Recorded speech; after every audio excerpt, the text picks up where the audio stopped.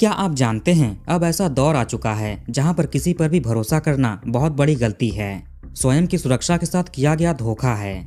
अब किसी का भी कोई सगा नहीं रहा, यहाँ तक कि जिनसे खून का रिश्ता है वो भी नहीं।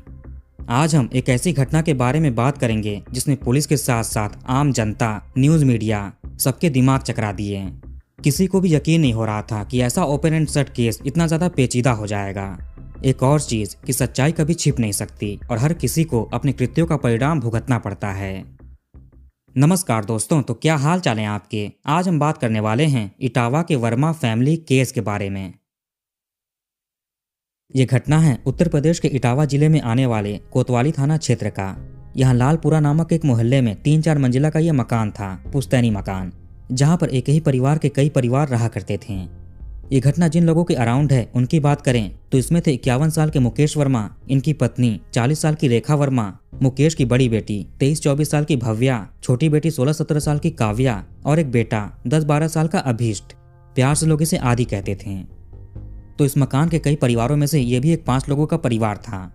कई परिवार इसलिए क्योंकि मुकेश समेत ये लोग 6 भाई थे, जिसमें से 4 भाई अपने अपने परिवार के साथ इसी मकान में रहते थे और बाकी 2 भाई घर से थोड़ी दूरी पर रहते थे।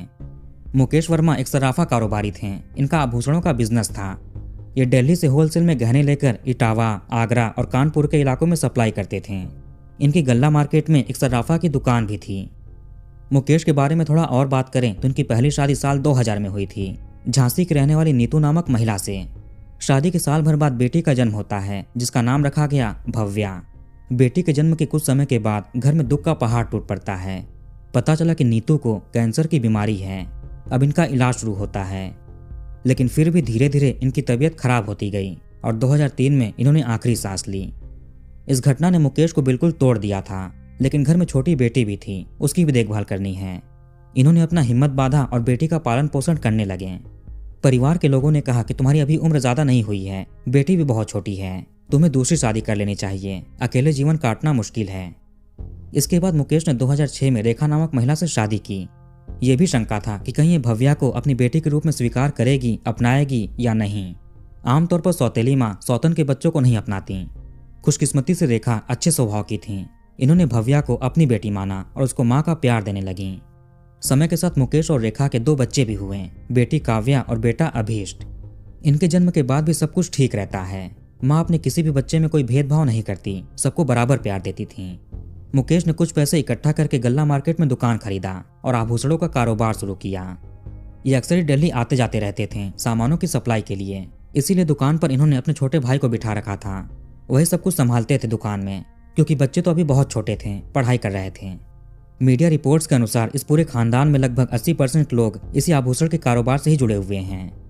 आगे मुकेश की बड़ी बेटी ने इंटरमीडिएट कंप्लीट कर लिया, जिसके बाद 2022 में पिता इसका एडमिशन दिल्ली यूनिवर्सिटी में करा देते हैं, जहां पर वो बीकॉम की पढ़ाई करने लगी थी और वहीं के हॉस्टल में रहती थी।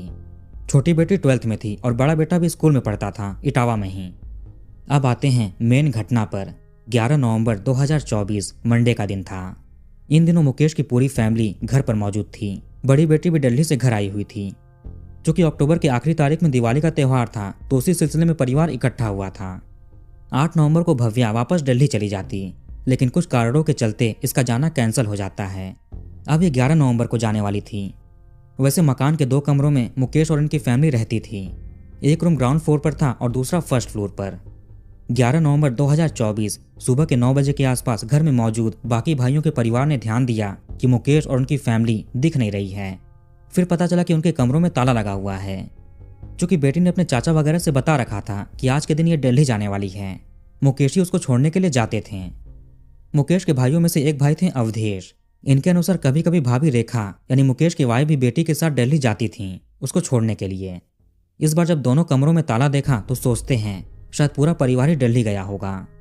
अब घर में सभी लोग अपने अपने रोजमर्रा के कामों में व्यस्त हो जाते हैं। भाई भी अपनी अपनी दुकान पर चले गए। 11 बजे दूध वाले भी यहाँ पर आए थे, लेकिन ताला देखकर लौट गए। आज के दिन इस परिवार में कुछ बड़ा होने वाला था। अब रात के करीब 8:20 पर रेखा और बड़ी बेटी भव्या के व्हाट्सएप पर स्टेटस लगा। 4 स्टेटस लगाए गए थे, जिनमें 3 में तो इस परिवार के 5 लोगों की तस्वीरें थीं और आखिरी स्टेटस में 4 शब्दों में ये मैसेज लिखा हुआ था, ये सब लोग खत्म। इन स्टेटस को सबसे पहले पास में ही रहने वाले अखिलेश वर्मा देखते हैं, जो मुकेश के भाई थे। उधर रेखा के भाई ने भी अपनी भांजी के व्हाट्सएप स्टेटस में सेम चीजें देखी। पहले तो इन लोगों को समझ में नहीं आया कि लिखा क्यों गया है, इसका मतलब क्या है, कहना क्या चाहते हैं। थोड़ी चिंता हुई तो उधर मामा ने अपनी बहन को, भांजियों को, जीजाजी को, सबको फोन घुमाना शुरू किया, लेकिन सबका ही मोबाइल फोन स्विच ऑफ था। इससे इनकी घबराहट और भी बढ़ जाती है। अब ये बाकी जानने वालों को स्टेटस देखने को कहते हैं।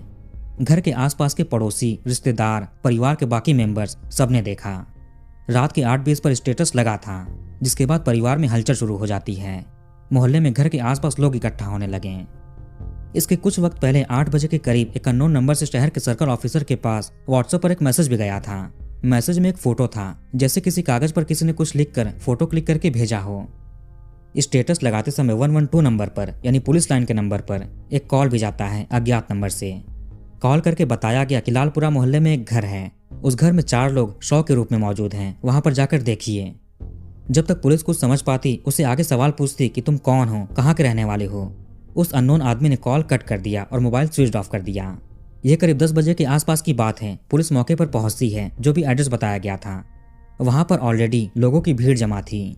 उस अननोन आदमी ने जो बात कही थी, कहीं वो सच तो नहीं। पुलिस ने उन दोनों कमरों का ताला तोड़ने का फैसला किया। तालों को तोड़ा जाता है।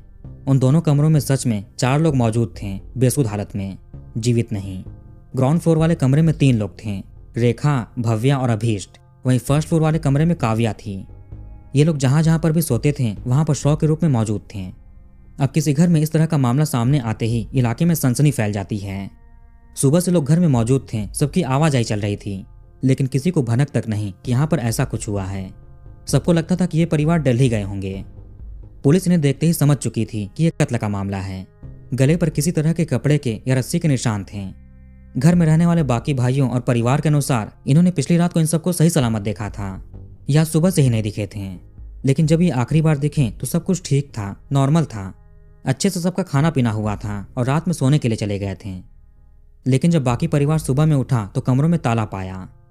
अब ये हुआ कि मृतक परिवार का मुखिया या गार्जियन मुकेश कहाँ पर है। इलाके में लोगों की भीड़ बढ़ने लगी। उसी दौरान न्यूज मीडिया के लोग भी पहुंचने लगे। कई बड़े पुलिस के अधिकारी, एसपी मौके पर पहुंचते हैं। फॉरेंसिक टीम को भी बुलाया जाता है। एक और सवाल था कि क्या रेखा और भव्या ने खुद ही अपने व्हाट्सएप पर स्टेटस लगाया था या किसी और ने। मगर यहाँ पर तो साफ तौर पर कत्ल का मामला है, यानी स्टेटस किसी और ने लगाया होगा। घर पर इनके फोन्स भी मौजूद नहीं थे। इसी बीच रेलवे प्रोटेक्शन फोर्स यानी रेलवे पुलिस की तरफ से इटावा पुलिस के पास सूचना जाता है कि इन्होंने एक आदमी को अपने कब्जे में लिया है, जो रेलवे ट्रैक पर अजीब हरकतें कर रहा था। दरअसल 9 बजे के आसपास इस आदमी को लोगों ने ट्रेन के सामने रेलवे ट्रैक पर देखा था। यह आदमी वहां पर बीच में लेटा हुआ था।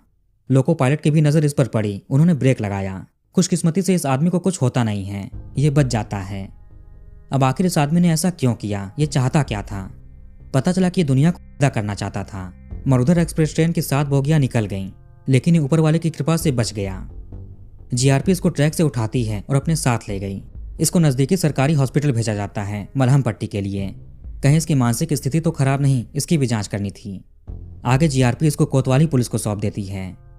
ये आदमी और कोई नहीं बल्कि मुकेश वर्मा था, वही आदमी जिसकी पत्नी और 3 बच्चे घर में उस हालत में मिले। पुलिस इसको अपने साथ ले गई और अच्छे से पूछताछ शुरू की। उधर इसके घर से भी शव को हॉस्पिटल भिजवा दिया जाता है ऑटोप्सी के लिए। घर पर पहुंचे रिश्तेदारों में कई लोग बताते हैं कि मुकेश ने शाम को इन्हें कॉल किया था। उसने हाल चाल पूछा। बात करने में वो बिल्कुल नॉर्मल प्रतीत हो रहा था। मुकेश ने अपने सबसे बड़े भाई को भी कॉल किया। उस वक्त तो अपनी पत्नी के साथ नीलकंठ मंदिर गए हुए थे। जब मुकेश का फोन उनको आया तो वो कहते हैं कि थोड़ी देर के बाद कॉल करेंगे, अभी कुछ काम में व्यस्त हैं, मंदिर में पूजा करने के लिए आए हैं। मुकेश ने अपने साढ़ू यानी पत्नी की बहन के पति को भी कॉल किया, उनका हालचाल पूछा। मुकेश सबसे नॉर्मली बातचीत कर रहे थे। आगे मुकेश थाने में पुलिस को सारी कहानी सुनाते हैं। ये करीब 10-12 सालों से आर्थिक तंगी से जूझ रहे हैं। इनका काम ठीक से चल नहीं रहा था। 2021 में इनके उस भाई की बीमारी के चलते मृत्यु हो गई जो दुकान पर बैठा करते थे। अब दुकान कौन संभालेगा, बच्चे भी छोटे थे। इसके बाद इन्होंने दुकान को 16 लाख रुपए में बेच दिया। इन्होंने सोचा कि इन्हीं पैसों से दिल्ली में प्लॉट लेंगे और परिवार के साथ रहेंगे। इनका अपने परिवार में भाइयों के साथ बनता नहीं था। इस वाले मकान में भी रहना नहीं चाहते थे, बल्कि अलग रहना चाहते थे। मगर बीच में कुछ ऐसा हुआ कि सब कुछ बदल जाता है। दुकान बेचकर इनके पास जो पैसे आए थे 16 लाख रुपए, इन्होंने उन पैसों में से 15 लाख रुपए अपने रिश्तेदारों को उधार के रूप में दे दिया। ये उनकी आर्थिक मदद करने से खुद को रोक नहीं पाए थे। उन्होंने भी विश्वास दिलाया कि जल्दी ही पैसे लौटा देंगे। लेकिन धीरे धीरे काफी समय बीत जाता है। जब भी उनसे पैसों के बारे में जिक्र करते हैं तो वो कहते कि लौटा देंगे जल्दी ही, लेकिन वो लौटा नहीं रहे थे। मुकेश के पास भी खुद की सेविंग नहीं थी कि वो अपने काम को और भी बढ़ाएं। धीरे धीरे इनको पैसों की दिक्कत होने लगी, काम भी ठीक से चल नहीं रहा था, मुनाफा नहीं हो रहा था। इसी बीच कुछ रिश्तेदारों ने जमीन जायदाद को लेकर भी दिक्कत खड़ी कर दी। वो लोग इनके हिस्से की जायदाद को हड़पने लगे। ऐसे ही कई परेशानियों से ये गुजर रहे थे। ये अपनी पत्नी रेखा से भी इन सब चीज़ों के बारे में बात करते थे। जब घर में शव मिले तो कई लोगों ने शक भी जताया कि जमीनी विवाद के चलते हुआ होगा। कई भाई इसको नीचा भी दिखाते थे, ताने मारते, नकारा बोलते थे, किसी काम का नहीं, परिवार को संभाल नहीं पा रहा था। एक दिन मुकेश ने अपनी पत्नी से कहा कि ये बहुत सारी परेशानियों से घिर चुका है, जिससे बाहर निकलना बहुत मुश्किल है। अब ये इस दुनिया में रहना नहीं चाहता। इस पर पत्नी ने इसको टोका भी, कहा कि ऐसी बात मत करो, अगर तुम चले गए तो हमारा क्या होगा, बच्चे कहाँ जाएंगे, उन्हें भीख मांगनी पड़ेगी। तुम जहाँ जाओगे ये तुम्हारे साथ चलेंगी, बच्चों को भी अकेला नहीं छोड़ सकते, वो भी साथ चलेंगे। रेखा ने कई लोगों को भी बता रखा था कि इसके पति कामकाज को लेकर दुखी रहते हैं। पति पत्नी ने साथ मिलकर फैसला किया कि ये लोग जहाँ पर भी जाएंगे साथ जाएंगे। करवा चौथ पर भी मुकेश ने अपनी पत्नी से बात की, लेकिन उस दिन तो एक पत्नी अपने पति की लंबी उम्र के लिए व्रत रखती हैं, तो उस दिन ऐसा काम कैसे कर सकते हैं। पत्नी ने कहा कि आज मत सोचो, करवा चौथ का दिन है, जाने दो, बाद में दिमाग लगाएंगे कैसे क्या करना है। ये सब कुछ मुकेश मीडिया के सामने खुद ही बता रहा था। 11 नवंबर की रात को ही इसने कहा कि घटना के 2 दिन पहले कानपुर से लौटा था, उसके बाद पूरी व्यवस्था बनाई। ये नींद की गोलियां लाता है। 8 नवंबर को बेटी वापस दिल्ली जाने वाली थी, लेकिन मुकेश ने उसको रोक दिया, कहा कि 11 नवंबर को चली जाना, अभी कुछ काम है। 10 नवंबर की रात में मुकेश ने बच्चों के लिए पिज्जा मंगाया, उनमें ही ये नींद की गोलियां मिला देता है। उन बच्चों को भी कोई आइडिया नहीं था कि आगे क्या होता है। बच्चे पिज्जा खाते तो हैं, लेकिन थोड़ा खाते ही छोड़ देते हैं, कहते कि टेस्ट अजीब है। मुकेश ने इसमें जो दवा मिलाई थी वो ज़्यादा हो गया था, जिस वजह से टेस्ट खराब हो गया। बच्चे पूरा तो पिज्ज़ा नहीं खाते हैं, लेकिन इतना तो खा लिया कि असर कर दे। सुबह में जब किसी ने फ्रिज खोला था तो उसमें पिज्ज़ा का आधा टुकड़ा पड़ा हुआ था। खैर रात में मुकेश और रेखा मिलकर रस्सी में गांठ बांधते हैं, लेकिन वो बार बार खुल जा रहा था, ठीक से बांध नहीं पा रहे थे। फिर पत्नी कहती है कि ये भी दवा खाकर सो जाती है, आगे तुम जैसे चाहो वैसे करो। मुकेश ने बताया कि ये सब कुछ अपनी पत्नी की सहमति से कर रहा था, लेकिन बच्चों को नहीं पता था। 10 नवंबर की रात में बच्चे सो गए, रेखा भी सो गई। यह आदमी अपनी पत्नी को मैडम कहता था। दवा का डोज इतना हो गया था कि सभी लोग गहरी नींद में थे। भोर में 4-5 बजे के बीच मुकेश उठता है। पहले इसने पत्नी को दुनिया से विदा किया। इन कृत्यों में ये रस्सी का इस्तेमाल कर रहा था। एक एक करके इसने बच्चों को भी ऊपर भेज दिया। बीच में बेटा उठ भी गया था। उसने पूछा कि पापा क्या कर रहे हो। मुकेश ने कहा कि बेटा कुछ नहीं, हम जहाँ जाएंगे साथ जाएंगे। सारी घटना को अंजाम देने के बाद ये आदमी रूम में ही बैठा रहता है। एक रूम को इसने लॉक कर दिया था, ऊपर वाला रूम जहाँ पर काव्या थी। ये नीचे वाले रूम में बैठा रहता है। फिर जब सुबह हुई तो दूसरे वाले रूम में भी ताला लगाकर चला गया। इसने बताया कि इसने अपनी पत्नी की 2 सोने की अंगूठियां भी ले ली थी, जिसको ये पर्ची सुनार की दुकान पर ले जाकर बेच देता है। वहां से मिले पैसों से ये 2 लोगों का उधार चुकाता है, 15,700 रुपए। इसके बाद ये बाजार में गया, घूमता है, खाना पीना खाता है। शाम को इसने करीब 20 लोगों को बारी बारी कॉल किया, हाल चाल लिया। इसने 1 पेज नोट भी लिखकर फोटो खींच रखी थी उसकी, जिसमें इसने साफ साफ बताया था कि ऐसा ऐसा दिक्कत है, जिस वजह से ऐसा कदम उठाना पड़ रहा है। ये खुद भी रेलवे ट्रैक पर जा रहा है, इन सब चीज़ों में ये लोग जिम्मेदार हैं। इसने उसमें कुछ नाम भी लिख रखे थे, जिन लोगों ने इनसे पैसे उधार लिए थे, धोखाधड़ी की थी, जमीन हड़प रहे थे। इसमें मुकेश ने अपने सगे भाई और बुआ के लड़के का भी नाम लिखा था। सीओ को नोट भेजने के बाद इसने 112 नंबर पर कॉल किया, बताया कि इस घर में ऐसे ऐसे 4 लोग पड़े हुए हैं। फिर इसने खुद ही अपनी पत्नी और बेटी के फ़ोन से स्टेटस लगाया। उनका फ़ोन ये साथ लेकर गया था रेलवे स्टेशन पर, वहीं से सब कुछ भेज रहा था। इसने खुद के फ़ोन से सीओ को नोट भेजा था और 112 नंबर पर डायल किया था। फिर अपना फ़ोन बंद कर दिया। स्टेटस लगाने के बाद बाकी फ़ोन भी बंद कर दिए। पहले इसने सोचा था कि वंदे भारत ट्रेन के पास जाएगा, लेकिन फिर इसको याद आता है कि इसकी पहली पत्नी की मृत्यु एकादशी के दिन हुई थी। आज भी एकादशी का दिन है, लेकिन कुछ घंटों के बाद वो समय खत्म होगा, तब तक इसको वेट करना चाहिए। इसलिए घटना को अंजाम देने के बाद उतनी देर तक वेट कर रहा था। फिर ये रात के 9 बजे मरुधर ट्रेन के पास गया, पर रेलवे पुलिस इसको हिरासत में ले लेती है और कोतवाली पुलिस को सौंप दिया। 14 नवंबर से पुलिस उन लोगों को भी उठाना शुरू कर देती है जिनका नाम मुकेश ने नोट में लिखा था, जो सीओ को भेजा। पर वो लोग मना कर रहे थे कि ऐसा कुछ भी नहीं है, इनको फंसाया जा रहा है। लेकिन कोई आदमी जो इतने दुख में है वो झूठ कैसे बोलेगा।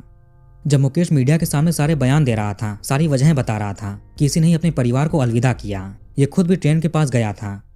इसके बयान को लेकर कई रिश्तेदार अपना संदेह भी जताते हैं कि ये आदमी झूठ बोल रहा है। इसको किसी भी तरह की पैसों की तंगी नहीं थी। दिवाली पर इसने एक भाई की दुकान से 6-7 हज़ार रुपए के कपड़े लिए थे, कहा कि पैसे कुछ दिन में लौटा देगा। यह आदमी अक्सर फ्लाइट से भी ट्रैवल करता था। घर में कोई भी जमीनी विवाद नहीं था, कोई इसको परेशान नहीं करता था, किसी ने भी इससे पैसे उधार नहीं लिए थे। चूंकि भाई भाई की आपस में बनती नहीं है तो ये फंसा रहा है। कई और रिश्तेदार भी इसकी पुष्टि करते हैं। जो केस पुलिस के सामने, मीडिया के सामने, जनता के सामने इतना सिंपल लग रहा था, वो अब जटिल होने लगा। मुकेश ने सारा कृत्य अपनी पत्नी की सहमति से नहीं किया था, बल्कि इसके पीछे इसकी खुद की साजिश थी। पुलिस को अपनी इन्वेस्टिगेशन में पता चलता है कि यह आदमी खड़ी ट्रेन के पास गया था। जब लोको पायलट ने ट्रेन शुरू किया आगे बढ़ने के लिए, तभी वो सामने देखकर ट्रेन रोक देते हैं। ब्रेक लग जाता है। फिर लोगों की भीड़ वहां पर आती है, रेलवे पुलिस जाती है। सारी चीजें झूठ बोली थी कि मरुधर ट्रेन निकल गई थी, फिर भी ये बच गया, जबकि ट्रेन तो खड़ी थी। पर यह आदमी आखिर ऐसा क्यों कर रहा था? इसके पीछे की वजह क्या थी? इसने सबका क्यों किया? मुकेश की जो पत्नी थी रेखा, उसकी बहन राखी के अनुसार जब भी रेखा इनसे बात करती थी तो वो परेशान लगती थी। उनका अपने पति मुकेश से झगड़ा चलता था। झगड़े की वजह से ही मुकेश अपने परिवार पर पैसे खर्च नहीं करते थे, बल्कि किसी और पर करते थे। पत्नी को शक था कि पति का कहीं पर अफेयर चल रहा है। ये सब बातें पता चलते ही पुलिस मुकेश की सीडियां निकलवाती है, यानी कॉल डिटेल रिकॉर्ड। इसके पास 2 मोबाइल नंबर्स थे, दोनों का ही निकलवाया गया। इसमें पुलिस की नजर एक नंबर पर जाती है जिस पर संदेह लगा। बार बार मुकेश इसी नंबर पर बात कर रहा था, यहाँ तक कि घटना वाली रात और भोर के 2 बजे तक इसने उस नंबर पर बात की थी। जब ये आदमी अपने 20 जानने वालों को कॉल कर रहा था 11 नवंबर की शाम को, उस वक्त भी इसने उस संदिग्ध नंबर पर बात की। ये आदमी उसी नंबर को छिपाने के लिए अपने जानने वालों को कॉल कर रहा था, ताकि पुलिस जब भी इसकी सीडियां निकाले तो संदेह ना हो। जैसे ये परिजनों से बात कर रहा है, वैसे उससे भी। पुलिस जब अपनी तफ्तीश आगे बढ़ाती है, उस नंबर के बारे में पता करती है, तो एक महिला का नाम सामने आया, स्वाति सोनी। 2 बच्चों की मां और तलाकशुदा महिला। ये कानपुर के बर्रा इलाके की रहने वाली थी। साल 2007 में इसकी शादी जालौन के उरई में रहने वाले अर्पण नामक आदमी से हुई थी। आगे इसको 2 बच्चे हुए। धीरे धीरे इसकी अपने पति से रिश्ते खराब होने लगते हैं। 2019 में मुकेश अपनी फैमिली को लेकर मथुरा वृंदावन गया था। वहीं पर इसकी मुलाकात स्वाति से होती है। नंबर एक्सचेंज हुआ, बातें शुरू हो गईं। अब तो कोई यूं ही किसी के साथ ऐसा करेगा नहीं। दरअसल स्वाति मुकेश की पहली पत्नी नीतू की रिश्तेदार थी। मीडिया रिपोर्ट्स के अनुसार ममेरी बहन थी। मुकेश की जब नीतू से शादी हुई साल 2000 में, तब से ये आदमी उसको जानता था। कहीं ना कहीं उसको पसंद भी करता था उसी टाइम से। एक और बात आई कि मुकेश की पहली पत्नी नीतू की मृत्यु कैंसर से नहीं हुई थी, बल्कि मुकेश ने उसको नींद की दवा का ओवरडोज देकर हमेशा के लिए सुला दिया था। इस पर इसने कहा कि वो अपनी बीमारी को झेल नहीं पा रही थी। उसने सबके सामने दवा मांगा था।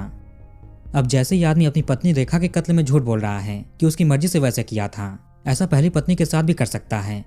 पहली पत्नी की मृत्यु के बाद ये चाहता था कि स्वाति से शादी करे, लेकिन फैमिली प्रेशर के चलते रेखा से शादी करना पड़ा 2006 में।